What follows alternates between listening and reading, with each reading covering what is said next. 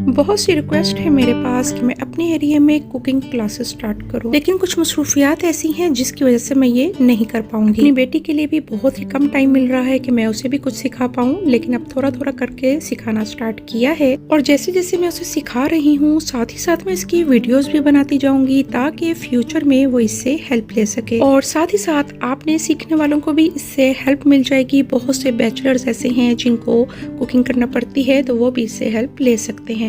अस्सलाम वालेकुम my YouTube family, कैसे हैं आप सब? उम्मीद है खैरियत से होंगे। अल्लाह ताला हम सबको अपने हिफ्ज़-ओ-मान में रखे, आमीन सुम आमीन। तो चले आए अपनी वीडियो का आगाज़ करते हैं। यहाँ पर मैंने 3 मीडियम साइज़ के आलू लिए हैं और इसको हम कट कर लेंगे। आलूओं को अच्छे से वॉश करके इसके छिलके रिमूव कर देने हैं। फिर आपने इसको अपनी पसंद के हिसाब से काट लेना है। अगर आपको बड़े बड़े आलू पसंद हैं तो आप इसको थोड़ा बड़ा बड़ा काट लें। हम यहाँ पर इसको छोटा छोटा काटेंगे। और आलूओं की मिकदार आप इसमें कम या ज़्यादा भी कर सकते हैं। मैंने अपनी फैमिली के हिसाब से यहाँ पर सिर्फ 3 ही आलू लिए हैं, क्योंकि मेरे 1-2 बच्चों को आलू बिल्कुल पसंद नहीं है। अब एक लार्ज साइज़ का टमाटर लेंगे और इसको बारीक बारीक काट लेंगे। अगर आपको थोड़ा मसालेदार चटपटा सा पुलाव पसंद है तो आप इसमें एक और लार्ज साइज़ का टमाटर भी ऐड कर सकते हैं। अब 2 दरमियाने साइज़ की प्याज लेनी है और इसको बारीक बारीक स्लाइस में काट लेना है। आप चाहे तो इसको हाथ की मदद से भी बारीक बारीक स्लाइस में काट सकते हैं। यहाँ पर मेरे पास आधा किलो से तकरीबन 30 से 40 ग्राम ऊपर चावल है, यानी 540 ग्राम चावल हैं। तो इसमें 130 से 140 ml हम तेल या घी शामिल करेंगे।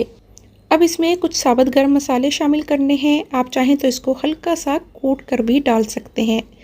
फ़िलहाल मैं इसमें ऐसे ही डाल रही हूँ। 1 अदद हमने बड़ी इलायची डालनी है, यानी ब्राउन कार्डमोम। 4 से 5 लौंगे डालनी हैं, यानी क्लोव्स।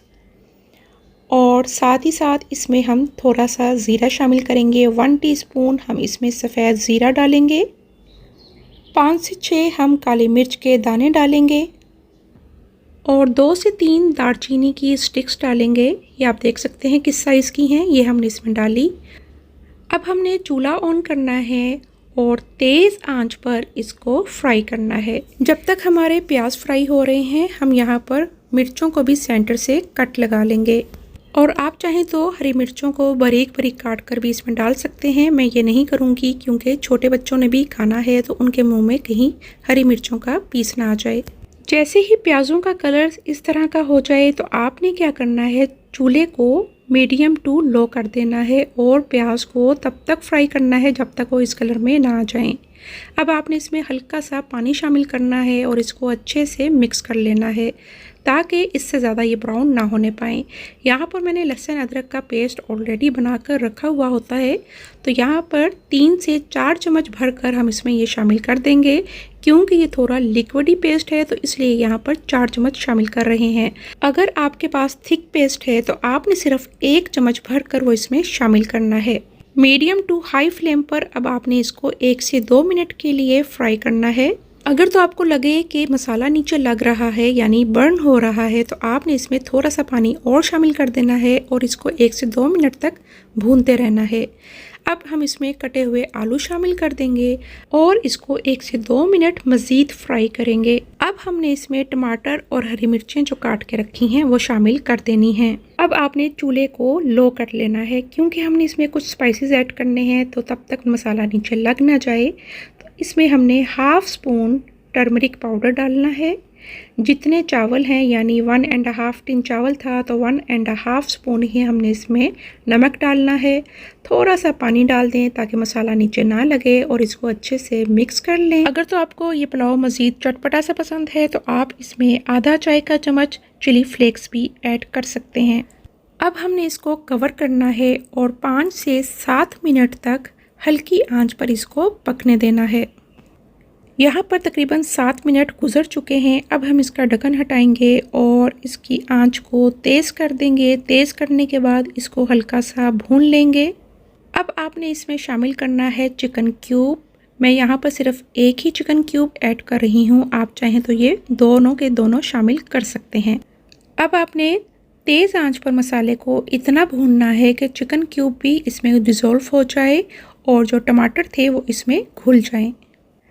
आलू चूँकि बारीक बारीक कटे हुए हैं तो इसको मज़ीद हमें पकाने की ज़रूरत नहीं है। जो हमने 5 मिनट का दम दिया था वो कुछ उसमें पक गए और बाकी जब हम चावलों को दम देंगे वो कुछ उसमें पक जाएंगे।